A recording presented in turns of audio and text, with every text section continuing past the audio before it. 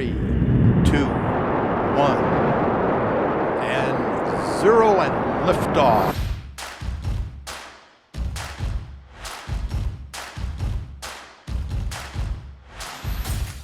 Hey everyone, this is Greg Lafferty, the Rocket Guy, and you're listening to the Rocket Guy Real Estate Investment Network. Come check us out at therocketguy.com. We have lots of extra resources you can dig into and further your real estate investing education. Feel free to like and subscribe and comment to my videos, and hopefully that'll kind of bring us up into your feed a little bit more often and give us something else to talk about if you comment and ask some questions, that kind of stuff. So come check us out that way too.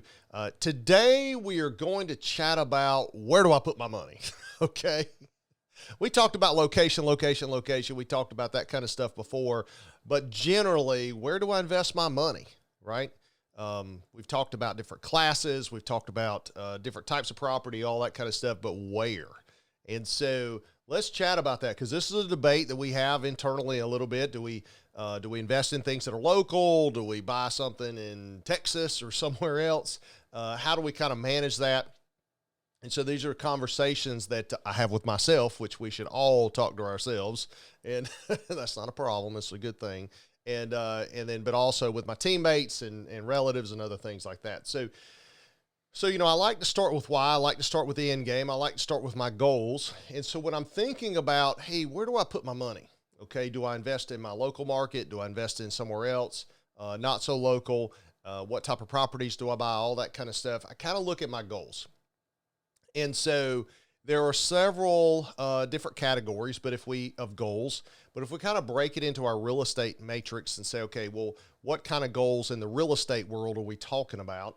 You know, there's a set of operational goals or restrictions or requirements that we need to kind of pay attention to. Maybe that's my level of participation. Maybe it's my staffing. What other things do I want to have? How many employees do I want? All those kind of things. And then there's kind of the investment goals. So how much capital do I have? You know, my pocket's empty when I pull it out. That might drive something. Or what kind of returns am I seeking? Do I want kind of a growth mode investing, or do I want an income mode? We've talked about that, right? How much do I want to put in?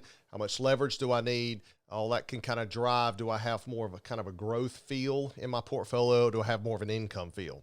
So if I look at kind of that operational versus investing goals, you know, some of these things when I write down my goals will either drive opportunities or possibly even put constraints on me when I try to figure out, okay, should I invest something more locally, or should I look kind of outside of my normal area to invest in? So let's peel that back just a little bit and let's talk about some thoughts around that. And this won't be a real long video. It's mostly just kind of questions and thought-provoking kind of things, because there is no right or wrong. There's just not, okay?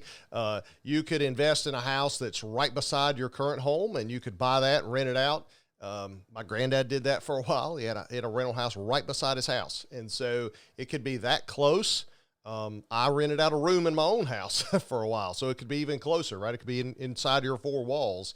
And so it could be that close. Or you could go out onto Wall Street and invest in a real estate investment trust, and you are investing in real estate with a paper asset out there, and you have no idea where their assets are, okay? What they're buying, where they're investing, you have no idea. They're just out there somewhere. And so any of that is fine, and any of that's taking advantages of the benefits of owning real estate, right? And so there's no right or wrong. We just kind of have to figure out what we like to do. So let's talk a little bit about our level of participation, because that's one of the things that we need to consider when we're thinking about, you know, how close are these assets that I'm buying versus how remote. And we've talked about the E-Myth and with Michael Gerber, and talking about, are you a technician, a manager, an entrepreneur? In Rich Dad, Poor Dad, we talk about, are you a small business owner? Are you an investor? I mean, all those are kind of things you need to think about. What am I trying to do? Am I running it, putting my tool belt on? You know, how deep into the management are you versus, hey, I'm just a passive investor and I just wrote a check, okay? And that level of that desire for different levels of participation will drive how close or how far away that you want to own property, right?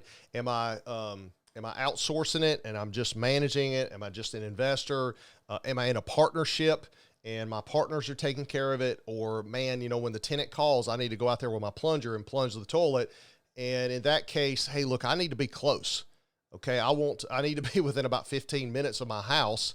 And there are some older books out there, Robert Allen and all those guys back in the 80s, probably, if I had to think, probably back in the 80s. And they talked about that. They suggested that you should have rental properties within about a 10, 15-minute drive of your home. And that way you could drive by and you could check on things. And if there's a maintenance issue, you could take care of that and all that kind of stuff. But then there's also folks that I've run into over the years, and they own properties all over the place. When I lived out on the West Coast, I was managing properties that I owned in Florida and in North Carolina, and managing properties on the West Coast. And that created a whole host of issues, but it can be done. Okay, it's a challenge, but it can be done. So you have to kind of decide in your business model, do I want to actively participate in that management? Or do I want to be more of a passive investor, a partner, or maybe outsource the management to a property management company? Those are real fundamental questions that before you answer anything else, you need to answer those questions. Okay. And it could be, and here again, there's no right or wrong answer. It could be that there's a hybrid, right? It might be that I create an internally managed portfolio, right? That I set up my own little property management company to handle. And then I have other properties out of state that I hire people to manage for me, or I have a couple of vacation homes that I have, dedicated vacation home type specialist property management companies taking care of those.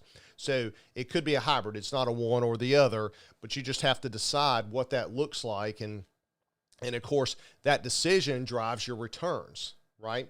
It drives your time that you're going to invest in this business, and it's also going to drive your returns because, frankly, you have to pay someone or pay yourself. So how is that going to work?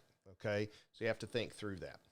So there's also some other questions to consider as you're thinking about this, and these are more investment type questions. Kind of what product do I want to invest in? All those kind of things. So let's think about that. First of all, when you say, hey, should I buy stuff locally to me or remotely? I would have to ask you, well, where do you live?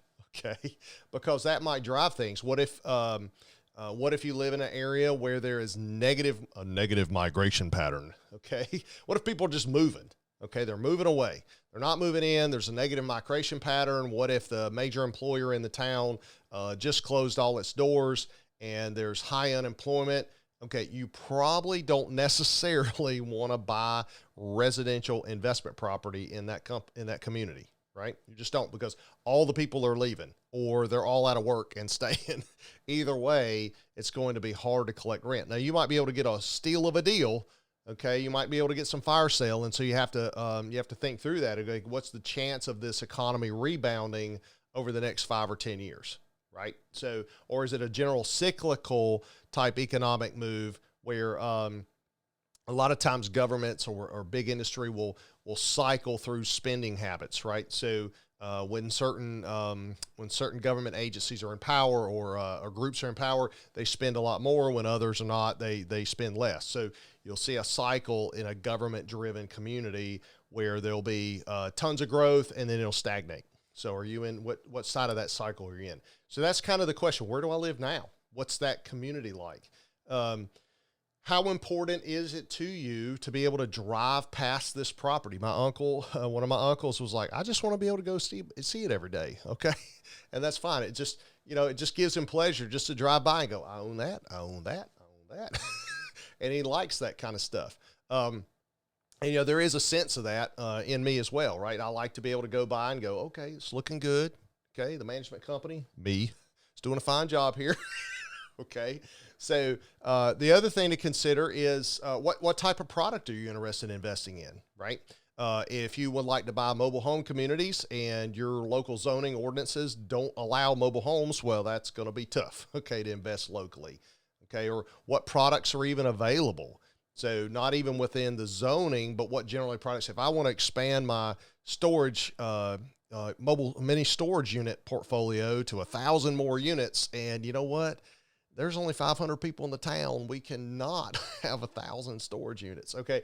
So what's that community like? What kind of product do you have? What supports that product in your local community versus, hey, look, the community's saturated right now with apartments.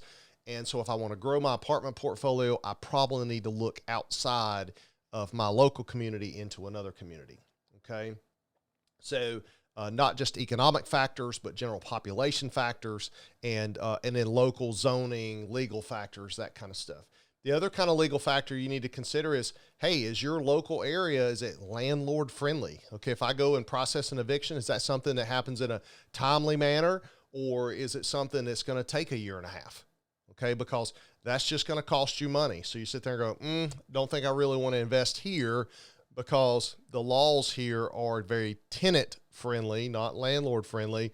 And so I need the laws to be written in my favor. Okay, to where, and they're going to get a fair shake, right? They're even in the landlord friendly states, they're going to get appeals and other things like that, but we need to move along. Okay. As opposed to, dragging this thing out and intentionally writing the laws so that they drag out. Or how about if there's rent controls, right? In certain areas, there are rent controls or other things like that kind of cap your ability to grow economically in that area. Okay. And that's kind of a negative. It is a negative, okay? Especially if it's tenant-friendly laws and their rent controls. Okay, that's one of those places where I sit there and go, not my idea of a good time. Now, people still invest and people still make money. You just have to understand that these are the constraints that you're going to be in, okay? There might be opportunities where there's not a lot of investors, there's not a lot of competition, and you might be able to pick up deals there. And so there's some opportunities created by those same constraints. But at the same time, you just have to be aware of them and be able to plan accordingly, right? What about if your area or the area you're considering to invest in, how do the price versus rent rates match up, okay? Sometimes, especially in like popular areas in California or Seattle, those kind of places where the price of the property, the price of the real estate, by ratio of the rent rate is so strong. And so if you don't have a lot of cash, because you need to be able to generate cash flow, and the only way to generate cash flow is to make sure that you don't have a lot of debt. Okay. So, and so if you do that and you go in and purchase those, the properties are very, very expensive and the rents just can't support it, right? With a normal kind of 20% down, you might be forced to put about 50 or maybe even 60% down on the property just to get it to cash flow. And so if you don't have a lot of capital to be able to do that, a lot of cash to be able to put in and put 50 or 60% down, then that could be a real constraint for you.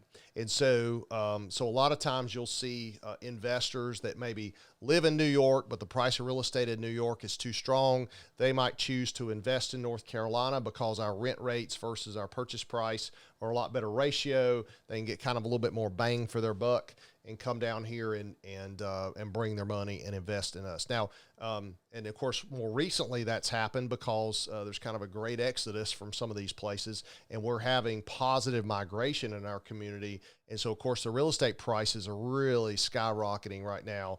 And of course, that's starting to change those ratios and make us look, and that's kind of the reason why I'm talking about this, right? Making us look outside going, well, where do I get a decent return around here? Because we're going to have to kind of maybe look outside the box a little bit and see, maybe it's not inside the greater Charlotte area, but maybe there's a suburb or something that is not attracting all that money into from out of state, and maybe we can get a better deal and a better return, but still not be too far away where we can't manage it.